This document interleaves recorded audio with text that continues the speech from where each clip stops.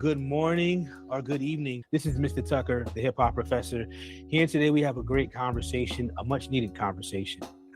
I am happy to say that I am talking to somebody who has exceeds me in education. That's important. It is important to have people in your circle that are further than where you are, because that's how you reach. Remember, if you are the smartest of your friends, if you're the richest of your friends, then you've just sent your ceiling. There's no going further from that. But when you got people around you that are aspiring places where you aspire to be, you keep that marathon going. And so I'm really excited today because we're going to talk to a true scholar, professional, one of my childhood friends, Dr. Clarke, who recently received his Ph.D. from Penn State University. This evening, we're going to talk a little bit about what is a PhD, why is that a big deal, and why, what is it, less than 1% Black males have them in the world? Yes, sir. Yes, sir. And we have the privilege to have somebody that represents that percent today. Yeah.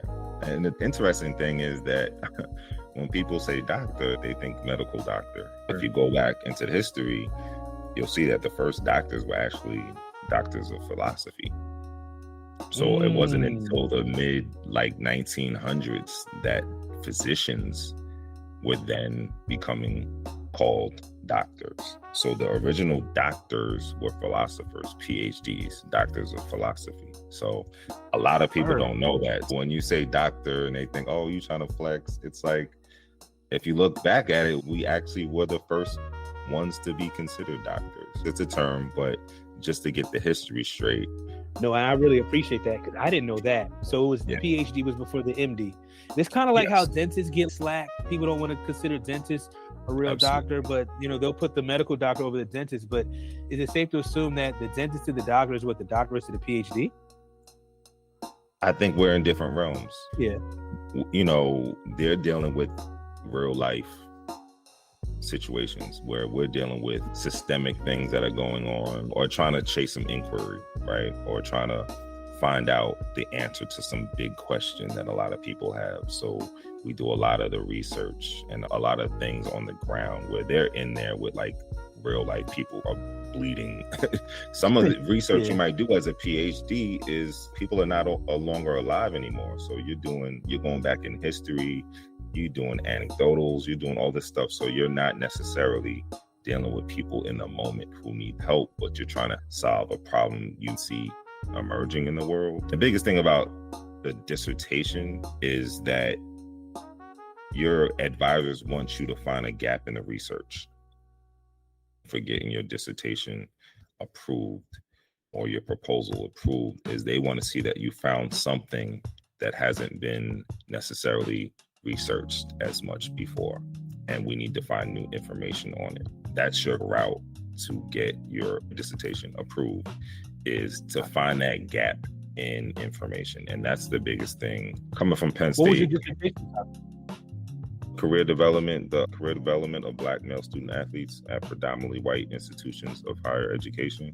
I was a career counselor for about 6 years. I was a mentor at Penn State as well for about 4 years. I did the leadership. Are you able to share the years that you were there? I promise I won't do a habit of cutting you off, but could you share the years that you were at Penn State? I was there for 2 stints. I got my master's there, and then I went back for my PhD. I was there from 2008 to 2019. But breaks in between. I was always still a student. I was working as a mentor for student athletes. I was working between the years of 2015 and 2017.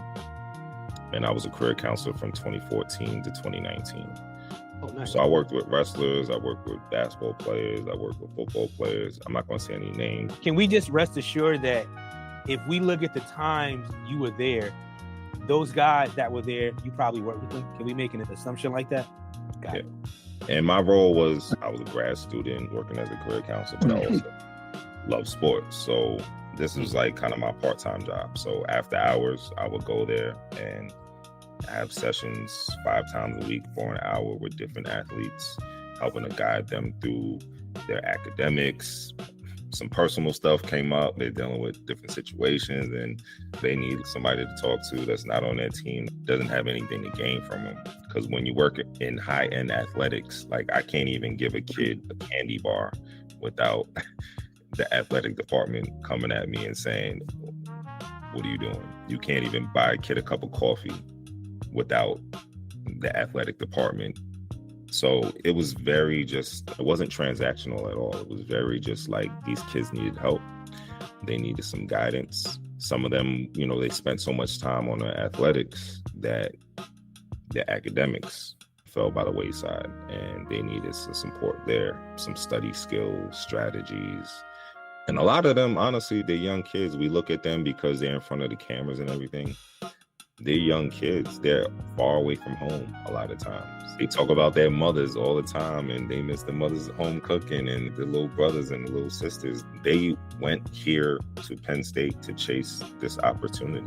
And so a lot of people don't realize that they also need that type of support. Even though we see this image, all the accolades they have and the admiration they get when they walk across campus, they still need support. A lot of my dissertation was about how do we give that support to Black male student athletes that go to PWIs? He's a star football player, star basketball player. He got it all. He got the girls. He got the money. He got the NIL. He goes to school for free. But a lot of these student athletes are struggling a little bit on the inside. They're coming from different environments and walking into very new territory where they didn't get a lot of training.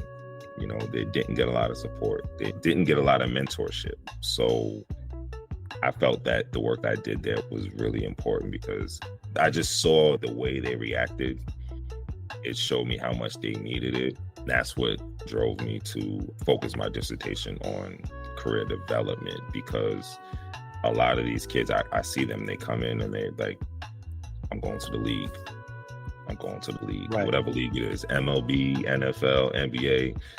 And, in my mind, I'm like, okay, but we got to they don't want to talk about a plan B because their whole life, they're going to the league. And everybody in their world told them they were going to the league. So that plan B was like an afterthought.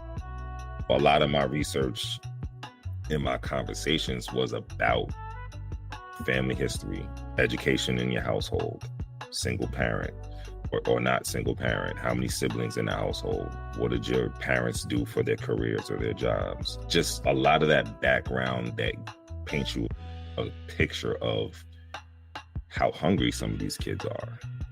Because this is the reason why. Yeah. Mm-hmm. Yep. I was going to say, this is the reason why I really wanted to have this conversation. Again, everybody, me and Dr. Clarke, we've known each other for over 20 years, almost 30 years. This has been planned for quite some time. There's been a lot of conversation back and forth. I no longer work as a school counselor currently, although I still do the work. I'm also a communications professor. I've worked with 4 different schools in Baltimore. And every semester, I have several student athletes that will do a presentation on student athletes and mental health. And they are basically screaming, crying how overwhelmed and how crabbed down many of them are. Yes. Today I was talking to some students and I found out they're not getting SEL training in school anymore, which I thought was a law. Like you have to teach kids about SEL, but apparently it's not. The last point I want to get to, and I want you to take back over and talk some more, is that we come from a community that habitually builds up student athletes, but does not do anything to really support them. I make that claim by looking at how many guys went to high school with me that played amazing basketball. But as the manager of the basketball team, I'm the only one to grace the NBA court. I'm the only one to even see a D1 court. And I saw that at grad school at UNC Chapel Hill. Despite all those guys with great talent, if we look at Longwood's history, and it's not just Longwood, we can talk about New York City, because there are many schools that we can say the same thing. Hey, all these guys are showing up. Why do they, it's like NBA or bust, NFL or bust. It shouldn't be that. And a lot of times I had guys that, I'm not going to put his name out there, but he had a D1 offer. He didn't get it because he didn't have the grades. That is a shame. How can you let a young man lose like that? He doesn't have the grades. That means we didn't support him. But we emphasize athletics. I remember when I was a kid, manager of the team, I like to put my suit on. I'm happy. I go to church. My parents make sure that I'm comfortable in different spaces. Many young men, just making them put on a shirt and tie was almost crippling. But I tell people, these are the little soft skills that you got to pay attention to. If it's that debilitating to get you just to put on a shirt and tie, what does that tell us about your character? Like, how hammered down are you?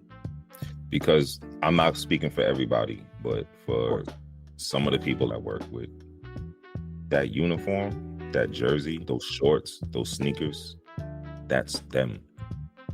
So you take them out of that, they're out of their skin. They don't feel comfortable. Think about that. That's who they are. That's their identity. And I talk about that in my dissertation, dual identity and intersectionality and all that stuff, because they see themselves as an athlete person. But us from the other side, we're like, you are student, then athlete. Yeah. But to them, for the majority of student athletes, their major identity is being an athlete. So when you strip that away, when you take my jersey, my shorts, and my kicks, and you want me to put on a blazer, I don't feel comfortable because I wasn't celebrated in this blazer. I was celebrated in this jersey. I was celebrated in these shorts. I was celebrated in these Jordans. I was celebrated on the court. I wasn't celebrated with a suit and a tie. That's not my identity. And that's what it comes down to. It's identity foreclosure. So that happens when you are an athlete and you have an unforeseen injury. Now you're looking at life like, my whole life was sports. My whole life was sports. This is all I dreamt about, slept about, thought of, everything. Now it's looking like it might not be turning out the way I dreamt it to turn out. What do I do now? Who am I now? And that's where the mental health piece really comes in, because now you're trying to figure out, who am I in this world without this thing that made me who I am, made me who everybody thinks I am, etc. I knew this was going to be dope. I have 2 points that you really made me think of. For any coaches that are watching this video, I don't hate coaches. I want to be clear about that. I hate people not being accountable to our children, and especially those of you that are bestowed so much honor. I'm usually in the comments or making statements about how critical I am of coaches. But when I started working in Baltimore City, I would meet young men that were behavior concerns, sometimes even legal concerns, and they would brag about being on a football team. And I'm just like, how can you be on a football team and you're getting suspended from school? You're about to go to jail. What happened to coaches having a standard like, hey, if you're going to be a knucklehead, you can't be on this team? In Baltimore, comment if you know a coach that's not doing that, because I love to be proved wrong, because that's how I learn. But unfortunately, in my 3 years, I've not seen any coaches that are, shout out to Coach Greg, he does track and field. I'm talking about basketball, football coaches that can tell me, no, we have a standard here. Our boys are not becoming social delinquents. There was an article I read at Alabama, a football player stabbed a teammate at breakfast. So that, yeah. We're seeing our student athletes crash out like never before. I guess this kind of leads to my second point. Again, coaches, I do believe they need to be doing more to focus on the student aspect. I even noticed at a community college with the young man, Supreme, I'm not sure if you saw his interview, he goes to CCBC, he plays basketball, but it seems like there's always so many obligations with that coach. But what are coaches doing to obligate that their students are being students? The NCAA is supposed to be doing that job. We talking about the collegiate level. Does everybody abide by those? I can't say no. I'm not gonna say they do. We're talking about money, revenue generating sports, right? So, when I'm talking about football and basketball, and there's a lot of money there. Name, image, and likeness has come out, and there are players at universities, quarterbacks getting paid $200,000 a year. Plus, they don't have to pay for their house. They get a car, and they're also on scholarship. A lot of student athletes feel entitled because of the way the system has been set up. Granted, I believe that they should have been compensated before this, but I just think NIL is not regulated. There's no regulation on NIL. So it's become like the wild, wild west. I think the money is affecting things. The money is affecting these kids and their aspirations and their thoughts and their dreams. They can be because of what's put in front of them, what they've seen other people do. But, you know, you're not Shedeur Sanders. You're not making millions as a college player, you know. 100,000. I never made that much in my life. Yeah, and I know that, but again, everybody's not getting 200,000. You know, that's one quarterback on a nondescript football team in D1. That's not the average. You know how many student athletes there are? They're not all getting $200,000 a year. We're not all that good. You're not all that good. But when you see other people getting it, it starts turning your wheels and you're thinking, okay, I could be that too. And I think that is also messing up just the way we approach these young men, young women too, not just young men. Because, I think that goes back to focus, right? I was speaking with my communications class today, and one of the things that came up, I told them a lot of them, when they're angry, they admitted, hey, I'll say whatever I got to say. I don't care. I said, bet. When you're not angry, you are concerned about what you say because you are concerned about other people's feelings. While it's good to care about other people, I don't want anyone to get a soundbite from me saying that I think otherly. No, it's important. That makes you human. I would argue it might make you godlike to be concerned about others. That's important. However, you have to learn how to be able to maneuver irregardless. Like I told my parents about justice by mentoring, that I'll die a shallow grave. That I'll be dying doing this before I do something else when I know that this is what God made me to do. The glory is in what I do every day. I'm already making my championships. This is the glory. It's not waiting for something else. This is it. It may not get no better than this, but it don't have to. That's it. That's the reality. That's purpose, right? But a lot of us, it's a struggle to get here. I got here at about 39, 40 years old. We weren't talking like this 10 years ago, so it was a journey. And I think a lot of us need to get more education as to getting on that journey. That's what Justice by Mentoring is all about.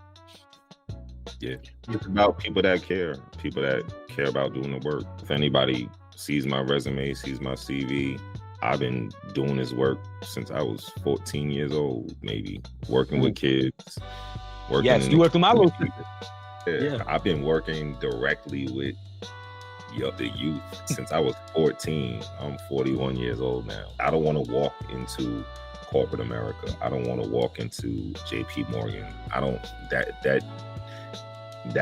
don't care how much money they would pay me. It wouldn't do anything for me. I would be a zombie. Because you found your purpose. Yeah, and I wouldn't be effective because I wouldn't care about the work.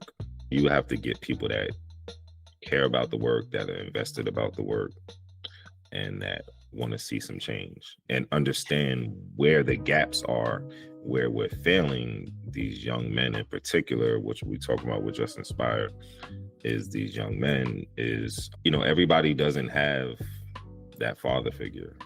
I didn't have that father figure as a biological father growing up. I had uncles around me that gave me great support. I'm indebted to them. Uncle Connie, Uncle Tracy, even Uncle Kevin. Love y'all. Y'all gave me support. Uncle Rock. It didn't come from my biological father. Like we said, it takes a village, right? And that's what I believe Mr. Tuck is trying to do with Just Inspired. Bring a circle around these young men and give them support and support system so they have somewhere to go to. They have somebody to talk to. If they have a question, hey, how do I handle this? They have somewhere to go where they can be trusted that I'm not invested in anything other than you and your growth. That's it. That's all I want. It's for you. I know there's one thing we're trying to push right now. I call it a mentoring over a meal. I told some guys yesterday, what if we have no more than 4 of you? You can come in our house. We'll prepare a dinner together. That's teaching you as a man, you need to know how to feed yourself. So we'll teach you how to prepare a 3-course meal. We'll have a salad, soup, main entree, dessert, and we'll talk about your academics because you're a student. So that's what your job is right now, to get those grades. So we're going to talk about that. All right. Absolutely. Then we'll talk about some of your goals. But then lastly, we'll talk about action steps. You might have a lot going on in school. Maybe you fail in all your classes. So we might be talking about your academics and presence. That might be the bulk of the conversation. And all we got is a little bit about your goals. You might not have a lot of goals if you fail in classes. So action steps is just maybe getting your study skills together. Having that experience over a meal, I'm feeding you. You're not being punished. You're not being beaten down. I'm here to build you up. We believe in you. That's why we're challenging you. That's what I'm trying to get people to understand. All my work in schools, as a school counselor, as a teacher, the students that clung to me the most were the ones that everybody else in the building did not like or could not stand. And I gave them a space to speak their truth, to be themselves. And it wasn't easy with them, but they always came back. Because they appreciate it at the end of the day. Yeah. It's not something you can teach people, but it's something that you can give people, right? You can give people your time. You can give people your space. And you can say, hey, brother, my line is open. You can hit me whenever you want. You know, I'm here for you. There's different ways to do it. However you want to do it is your way. But just because you live with a mother and a father and a family doesn't mean you feel like you can be open and speak to them, and you still might need an outlet. It might look good from the outside. Yeah, you can have the mom and dad and still it got still doesn't problems. make it. It still doesn't make it like, oh, but on paper everybody thinks, oh, you live with the mom and the dad, so everything's great.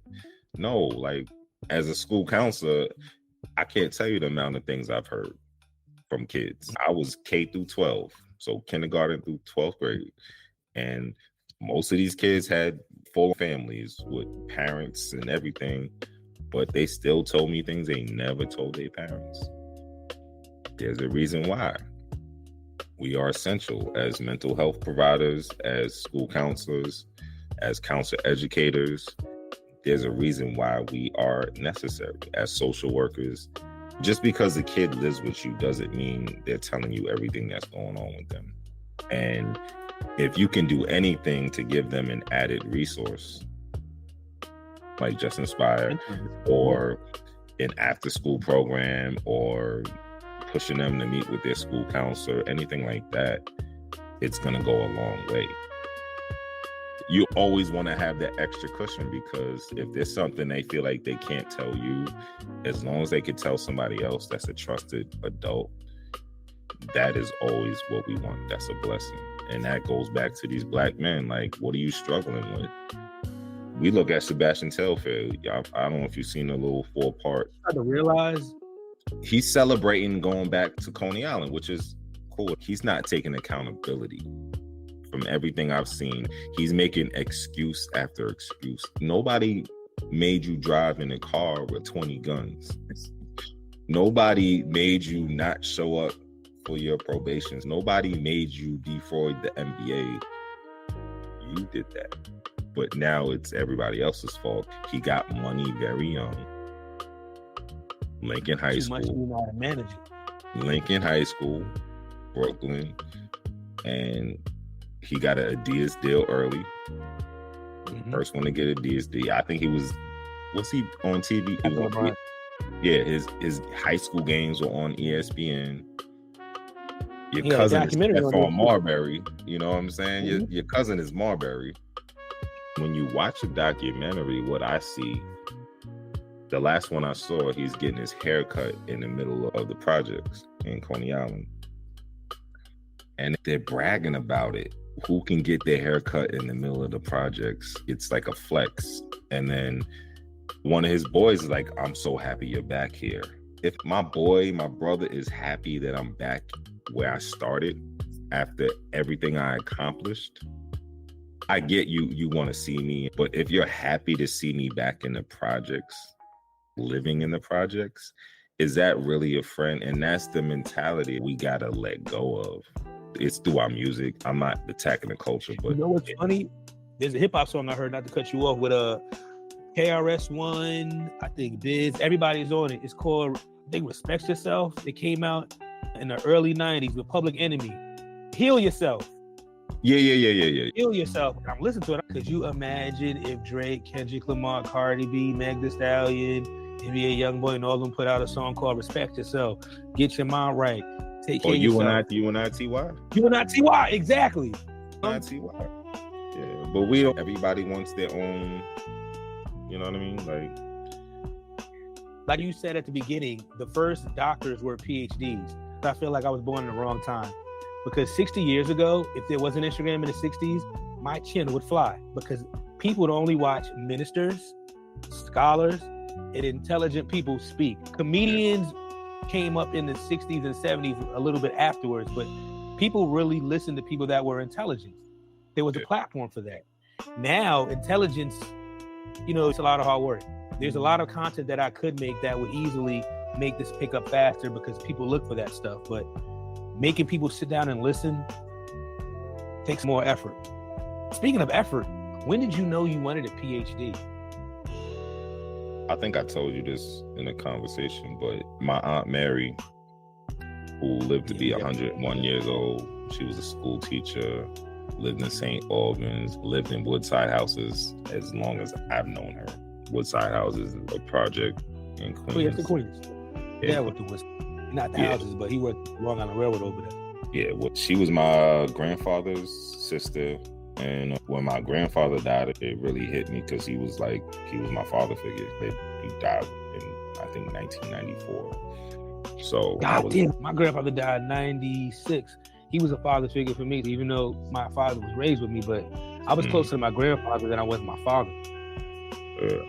Yeah, he was my guy. I lived with my grandparents. After we moved, we lived in Homestead for a couple years and then moved to my grandparents' house because my mom was working 12-hour shifts. She was a nurse. So my grandparents put us on a bus, fed us, did everything that they had to do. So when he passed, I was like, damn. Mary started writing. She wrote me a letter and I'm like, what is this? I'm a little kid in 4th grade. My handwriting is horrible. Same.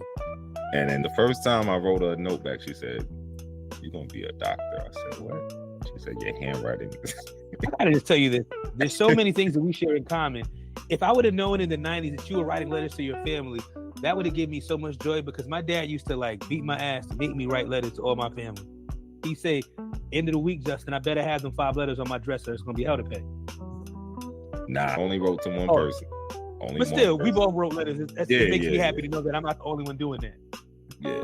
So we became pen pals. We see each other on holidays and everything. But every letter she said, "You're gonna be a doctor." She always would say future doctor. And I'm like, okay, my aunt's getting old because she lived to be 101. So I'm like, she's getting up there.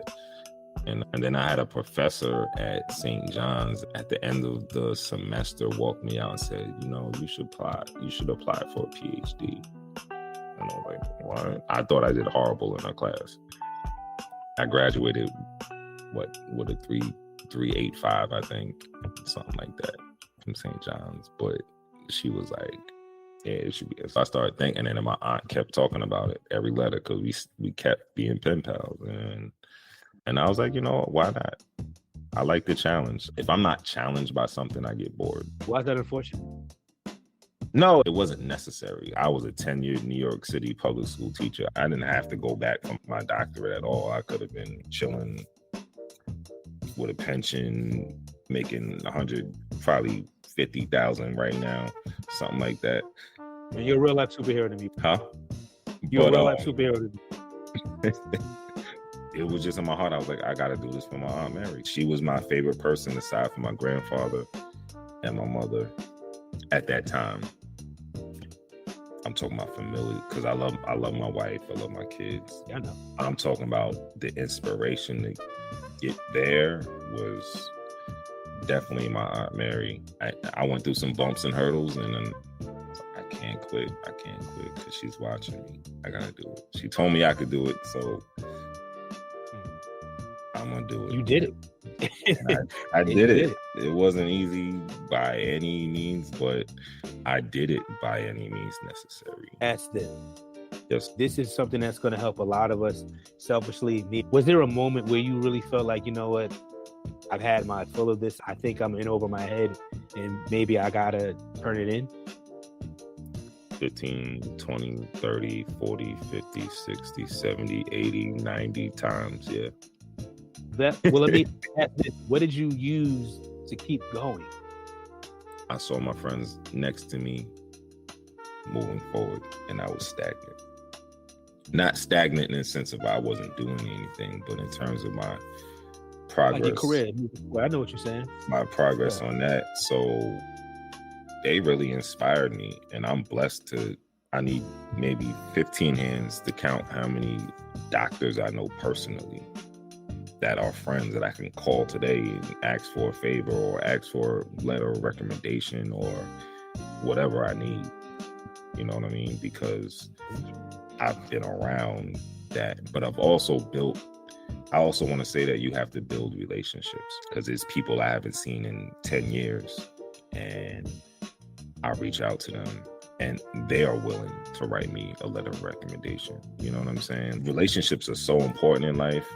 One thing I used to say to students, especially when I was doing seminars on interviewing and things like that, the career is like everybody in that building, from the custodial engineer, which people want to call a janitor, which my grandfather was, the front office, the lunch aides, everybody in there is the interview. The interview is not just you and the principal or just you and the boss. It's everybody that as soon as you step out of your car or wherever you park, as soon as you walk into that building, the security guard, everybody is your interview. Everybody. Every single person. When you leave, everybody's talking about you.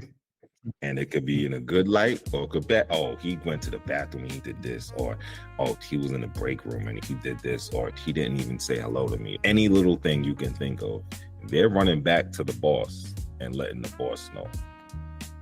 So you're interviewing, and then, but it also goes back to just treat everybody the same. It doesn't matter what your title is. It doesn't matter if you're a doctor, if you're a secretary, if you're a custodial engineer. And it happened today in my lecture. We were giving tips for how to be productive communicators. One of them was, don't try to be interesting, just be interested. That's the key to being a more productive communicator. Stop trying to make yourself look interesting. Show that you're genuinely interested, and that will usually engage people the right way. Yeah, absolutely. And a lot of people don't get it because they're so self-consumed. My motto is, any job I've had, I got people always reach out to me and miss me because I treated them like a person. I don't care what degree you got, what status you are, you treat people the way you want to be treated, but you also treat people with general respect, right? Absolutely. Even if I got beef with somebody, I don't do that way. You know what I'm saying? I will pull you over, have a private conversation. I'm not going to raise my voice. And I'm going to tell you what my issues are, and this is how I'm feeling, and how can we resolve this issue. But people don't have those skills. Most of the work I did was conflict resolution when I'm working with K through 8, because they don't know how to solve their own problems at all. It gets to a point where you want them to be able to handle this. That doesn't always happen. What else you got for me, bro? So I want to ask you this. What was your process of getting into the PhD program? As someone that's still going back and forth, if I'm going to do it, I got accepted into Walden. I decided that I'm not sure if that's the university I want to pursue. I got denied from Morgan State earlier in the year. That was demoralizing for me. But I've talked to some people that received their doctorates, and they said, believe it or not, a lot of us have a story. It wasn't as easy as you might think. I'm just going to say the PhD wasn't as difficult only because I knew most of the faculty already. I got my master's from there. Okay. 4 years before, they knew me. I'm not saying that was what got me in, but I had the grades, I interviewed, I went through the whole process as everybody else. I think having strong references, and for me, it's having a strong story, because when you go to a PhD program, they want to know your story, but they also want to know what are you, like I go back to what I said earlier, what are you going to contribute to the literature? Especially if you're going to a R1, right? You're going to a research one institution like Penn State. Where's the research gap? We want somebody who's going to add value, because as you're a student, sadly, most of the stuff you do as a PhD student is the intellectual property of the university that you're at. Until you branch off and graduate, and then it becomes your own. My dissertation. You think maybe they hated on me because I have my own company and I brought that up in my interview? No, I don't see why that would be, because I've been on grad school committees. I've been on multiple grad school committees for doctoral programs and master's programs. I don't think that's something that I would frown upon. I can't say exactly what it was unless I saw your whole, whatever you submitted to them. For some people, it was like, oh, you're an art major. So I was like, okay, how do you connect to counselor education? How do you go from art to counselor education? They couldn't make that connection strong enough. So like, okay, it's subjective too, because every committee, and that's the problem with shoot. We gonna have another conversation about this, but nobody has gone through 7 advisors like I have as a PhD student. And how many advisors should you have? 1. Wow, you had 7. But is there a reason why you had many? They left for other endeavors, so I had to pick up a new one. It wasn't anything personal. It was like, I got a job here, I'm retiring, I'm doing this, I'm doing that. But it's completely unheard of. So that's why I'm writing a book about it. I think that falls in the wheelhouse of mentoring, right? Why it's important to have those people like cornerstone behind you that kind of gives you security so you can move forward. But I don't know what the advisor of a PhD program does, but I imagine if I'm sharing my views with one person, your feedback, and then you change, how people receive those words is going to get different for every person, which could alter how you got to write and research, I imagine. Well, your advisor is the one that gives you the approval. They're the one that gives you the direction, and they tell you go here, go there. But you have a committee. You have to have at least 3 other people in that department and somebody from an outside department at the university, at least the way it is formatted at Penn State. Regardless of what you and your advisor do, when you come to that meeting, all those people in that room have to decide whether or not they think this is, you got people with different expertise. So if you're doing qualitative analysis, you get somebody that's good on qual. If you're doing numbers and you're doing statistics, you want to get somebody that's good on quant. You want somebody that's good on quantitative analysis. And then you got somebody that's a perfectionist on phenomenology. Bring that person in. You got all these people in the room, multidisciplinary, but they all have to come to the same conclusion. And that's where the egos come in, and that's where academia gets crazy. I don't like the egos in academia. You got 5 doctors in a room all arguing over this document, deciding what's wrong and what's right. And you just got to sit there and wait for their feedback. When I was at UNC Chapel Hill, there was a guy, he wanted me to come into their educational leadership program, but I'm a counseling guy. I wanted to do my PhD in counseling. So I was like, that was probably my end. Like, he was probably going to just pull me right in, and I just... Yeah. And my advisor, I knew her in my master's program, and she became my advisor 3 years ago. And she is my guardian angel. That woman fought so hard for me. As a Black man, to see a white woman, to be completely candid, to see a white woman fight for this Black man so hard, she's forever indebted. Forever allies. Indebted. Allies. She did everything she didn't have to do, and she did it. And I had a colleague that didn't get into the program at Penn State, but went on to another program and became a professor. She's highly decorated, She's great. I'm gonna say your name, Lori Bonjo. The Bonjo might inspire me because I didn't get it. Maybe I'll get into the right one too. She has blue hair. We went through our master's program together, and then she applied for the PhD. Penn State was big on image, and it's Penn State. Conservative. Totally understand. So she's a rock star, and she helped me with my data analysis.